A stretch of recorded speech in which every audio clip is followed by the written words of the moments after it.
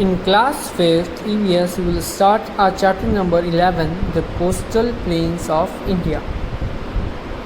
Location: the coastal plain of India are located along the Arabian Sea coast in the west and along the Bay of Bengal coast in the east. They are classified as eastern coastal plains, western coastal plains.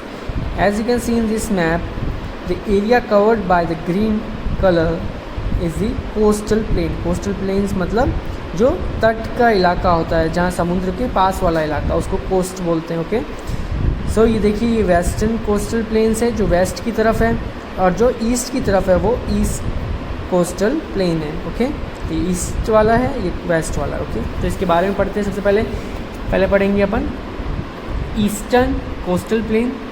these plains begin from the Ganga Delta in West Bengal and extend to the south till Kanyakumari. जैसा अपन को इसमें दिख रहा है, कहाँ से start है, गंगा यहाँ से होती है, तो फिर यहाँ से लेके कन्याकुमारी तक ये पूरा फैला हुआ है.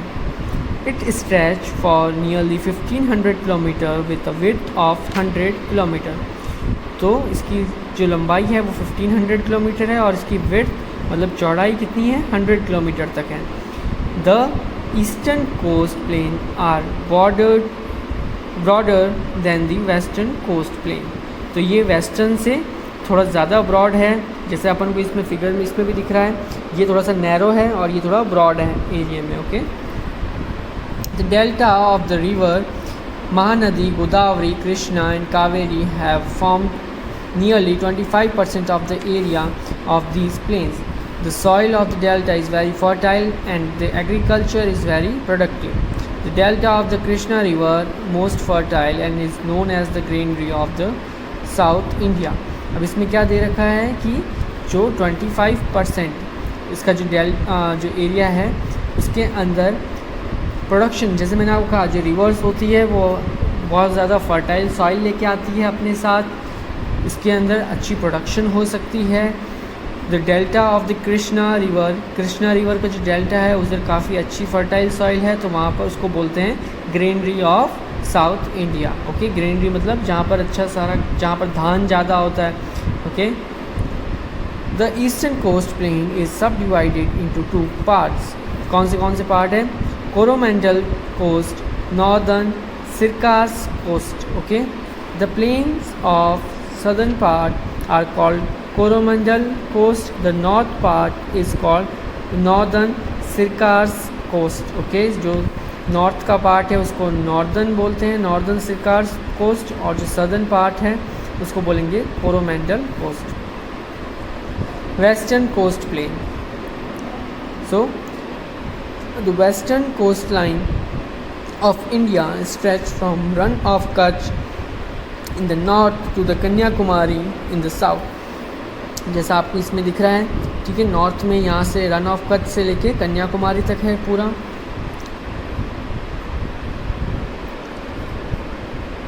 There are steep slopes of Western Ghats on the east and Arabian Sea on the west side.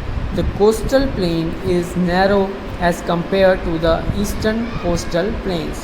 इसमें जैसे अपन ने देखा, इसमें थोड़ा नैरो है, ज़्यादा ब्रॉड नहीं है. यहाँ पर अपन ग्रीन एरिया देखें तो काफ़ी ब्रॉड है.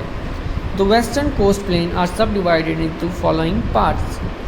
The coastal plain of Gujarat form the northern part of western coast. This part is quite wide. जैसे अपन को इसमें दिख रहा है, ये वाला पार्ट काफ़ी वाइड है. The coastal plains of Konkan, coastal plains of Karnataka, coastal plains of Malabar. The coastal plains of Konkan stretch from Daman in the north to the Goa in the south. तो ये यहाँ पर आपको दिखेगा, महाराष्ट्र के अंदर आपको कोंकण पार्ट दिखेगा, north to the Goa in the south. This part is narrow and broken. Start from Goa in the north to Mangalore in the south. The coastal plain of Malabar are the extreme part of western coast. Okay, जो extreme coast is last है. Now, unique features of coastal plains. The coastal plains of India exhibit some wonderful natural features. These are discussed below.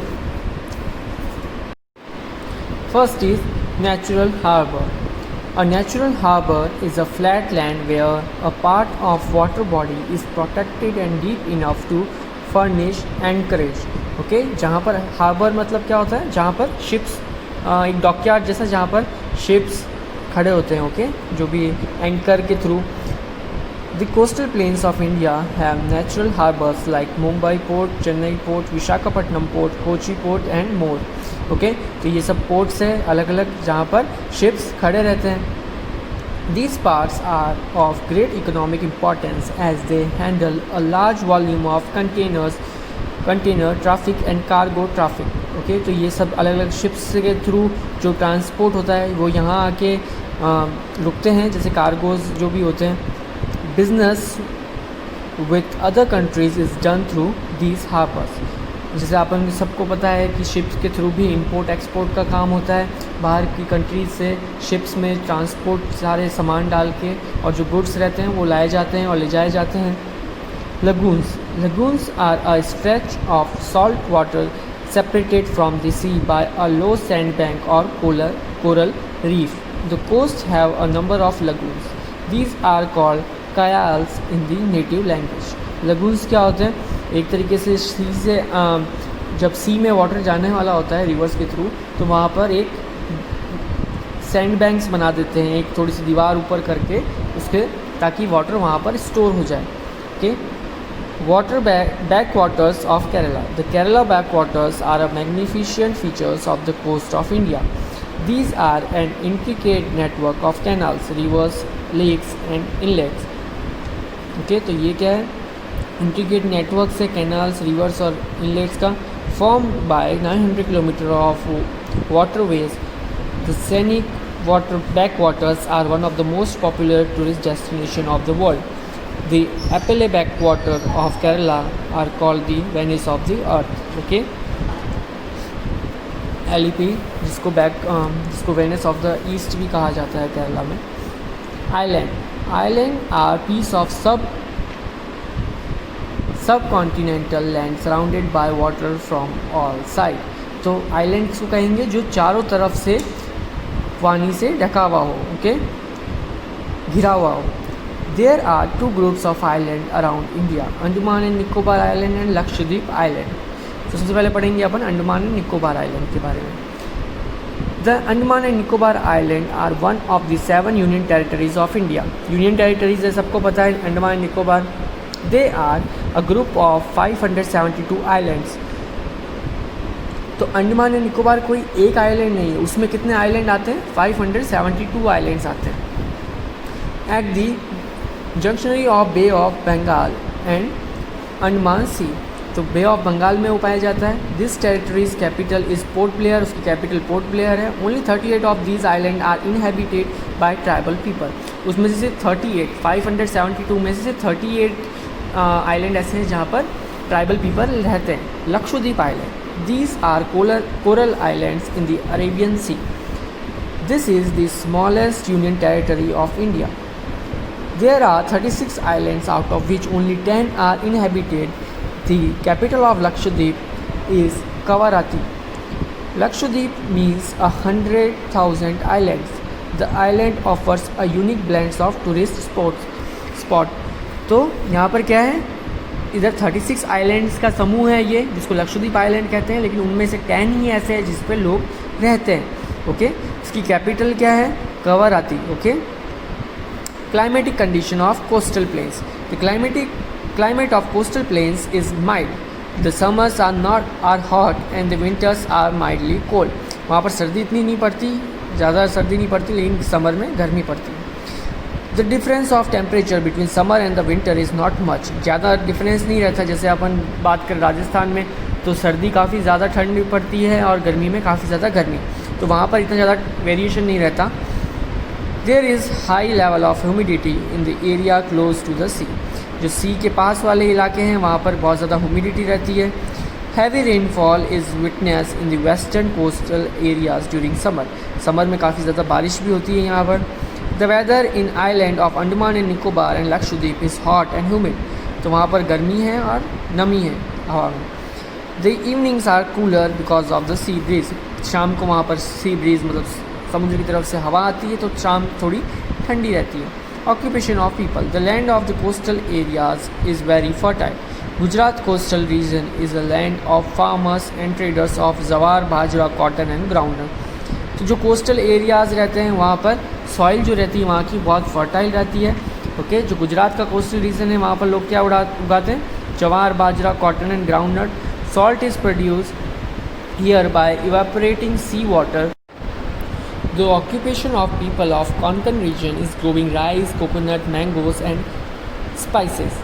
Malabar coast is also renowned of spices, coconut and rubber plantation. Okay, तो वहाँ पर क्या क्या उगाया जाता है, rice, coconut, mangoes and spices. People do the farming of coffee, coca and banana in the coastal region of Kerala. Fishing is also an important occupation. Farming of rice, cereals, coconut, groundnut, sugarcane and tea plantation are the main occupation of people around Coromandel coast. Okay, Coromandel coast के उधर क्या farming होती है, main rice, serial, coconut, groundnut, sugarcane, tea plantation. Okay, tourism is the main industry in the island region.